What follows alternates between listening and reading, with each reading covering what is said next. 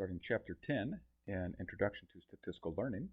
And Chapter 10 has to do with neural networks and some things like that. We're here on question 1.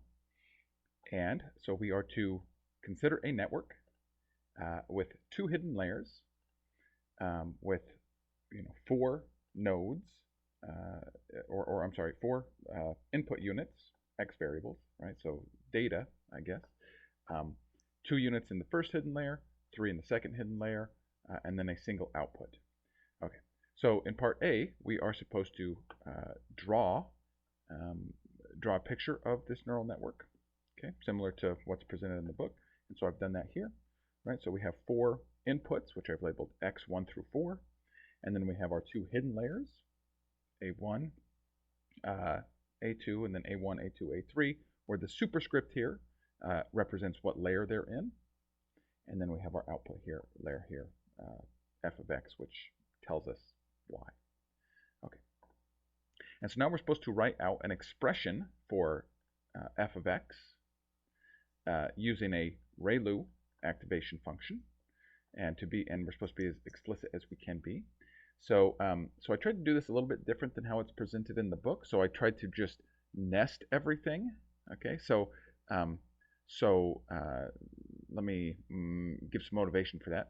Okay, so ultimately, this f of x here is a function of everything that precedes it, right? But most immediately, or most myopically, we might see this and say, well, f of x, okay, we might say that y is a function of x or whatever, but we might say that f of x, it's a function of the second input layer. And what is that, or the second hidden layer? Well, and what is that constituted of? Well, A1, A2, A3. Okay, and so you can kind of see that right here, where we have the f of x is a function of the second layer here.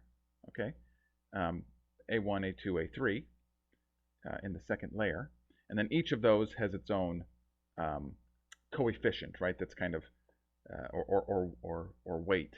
Okay. And so, and it also has its own bias term here. Everything's going to have its own bias term, even though it's not depicted in the image. Okay, well, but what about these, A1, A2, A3 in the second layer? Well, these are functions of inputs from the first layer. Okay, so then the function of, our f of x here is tacitly then, I don't know if I'm using the word tacitly correctly or not, but it is also then a function of A1, A2 in the first layer. Okay, and so we need to incorporate that. And so, if I come down here, so I started out by saying that f of x is just a function of its bias term, again, not depicted in the figure, and then the sum of the inputs of each node in the hidden layer times each of their own coefficients, which is denoted beta here.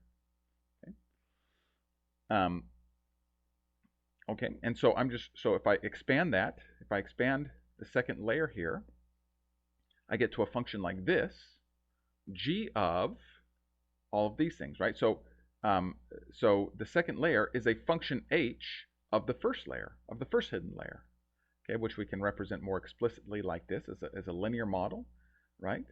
So we have a bias term going into each of the nodes in the second layer, plus the inputs from the 2 nodes in the first hidden layer, plugging into the second layer. Okay, so now all of this represents what's happening in the second layer. And so what is this function g of k? Well, it's the ReLU function, and you can write the ReLU function as the max between 0 and whatever that linear model is from g up here. Well, similarly, what are these nodes in the first hidden layer? Well, these are functions of the data, of the inputs of x. And so again, we need to take our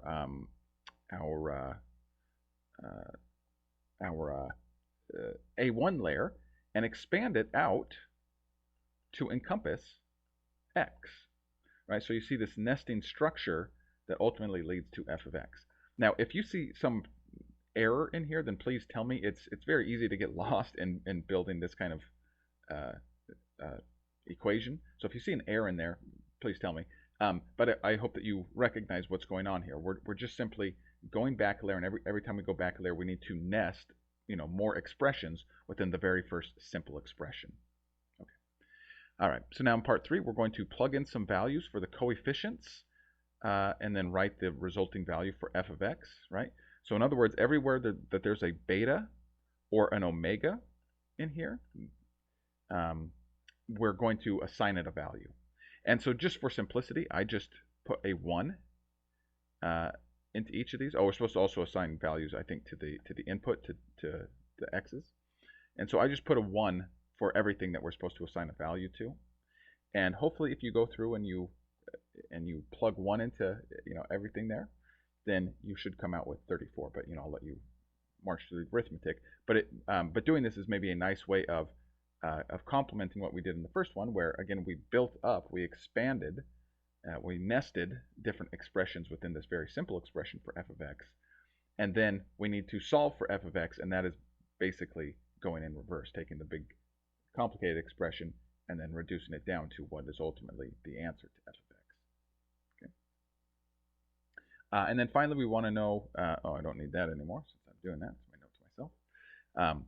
We want to know how many parameters there are. Well, we can just simply go through and count them, and so I've done that here. So if I start here, if I go from the input layer to the first layer, okay, so I have 4 inputs and 2 outputs, okay, and so I can multiply those because each input goes to one of the 2 nodes in the hidden layer. And then we also have 2 additional biases, again not shown, but each node in the hidden layer has a bias term plugged into it as well. So we add all that up, and there's 10 parameters we can account for. And then similarly, if I go between the first and second hidden layers, well, we have 2 nodes in the first layer, 3 in the second, so I multiply those, right, because each node from here, from the first layer, plugs into the second layer, to each node of the second layer, okay, so that's 6. And then we have 3 nodes in the second layer, so that adds 3 more bias terms, and so that's 9. And then going from the 3 nodes of the second hidden layer to 1 output, 3 times 1 is 3, and then 1 bias term, and so we have 4 parameters, and so we add all that up, and we should have 23 parameters. Okay, go call that good.